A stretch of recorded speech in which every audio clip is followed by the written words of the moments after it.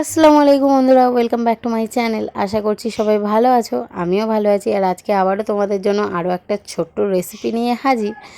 তো আজকে বাড়িতে কোনো স্যান্ডউইচ মেকার ছাড়াই স্যান্ডউইচ বানানো হবে, যেটা বাচ্চা থেকে বড় সবাই খেতে খুবই পছন্দ করে।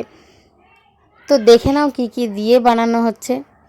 তো গ্যাসের ওপর একটা তাওয়া বসানো হয়েছে, তার মধ্যে একটা বাটি দিয়ে বাটির মধ্যে বাটার, চিজ আর বাড়িতে একটু হোয়াইট সস ছিল, সেটাও দিয়ে দিয়েছি। তোমরা দিলেও দিতে পারো, না দিলেও চলবে।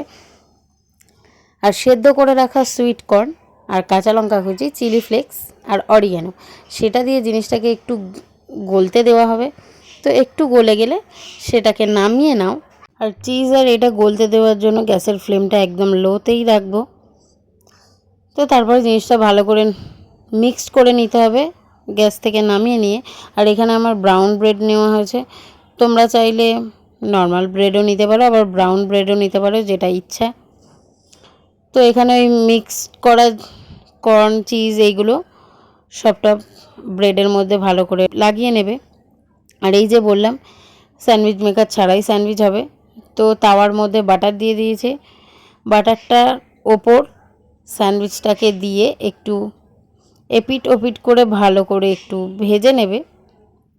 আর ওদিকে চিজটাও যাতে ব্রেডটার মধ্যে লেগে যায়, ভালো করে গলে যায়। তো কিছুক্ষণ ওইভাবে একটু উল্টে পাল্টে ভেজে নিয়ে নামিয়ে নিয়ে এবারে স্যান্ডউইচের আকারে কেটে নেবে। তো তারপরে স্যান্ডউইচ হয়ে গেল রেডি। এই যে পুরো ফাইনাল লুক।